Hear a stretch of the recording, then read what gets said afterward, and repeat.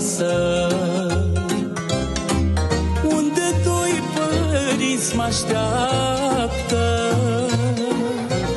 Mă întorc mereu cu drag, tot la părinte sculpărac, scumpii mei, mamă și tată. Sunt mereu bine primit și cu adevărat iubit, of, mamă și tată.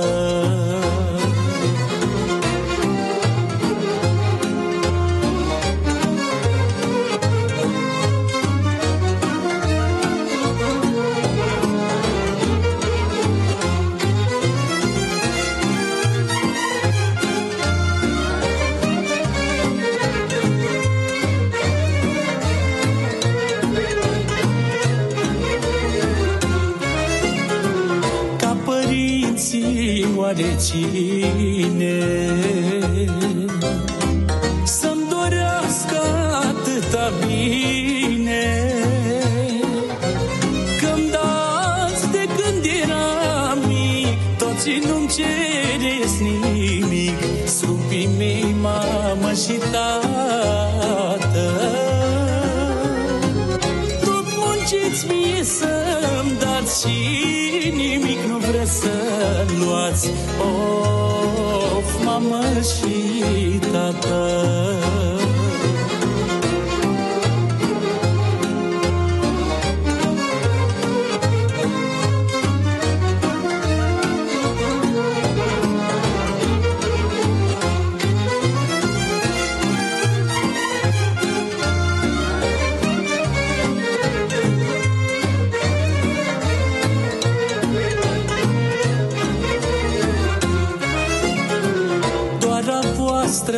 Mângâiere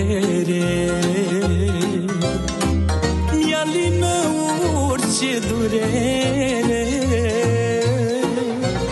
la necazuri și nevoi sprijin găsesc tot la voi, scumpii mei, mamă și tată. Aș alege încă o dată să mă joc la voi prin poartă, of, mamă și tată.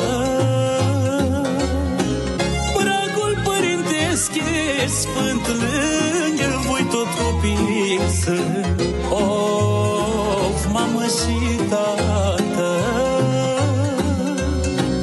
Mă rog mulți ani să-mi trăiți, sănătoși și fericiți, of,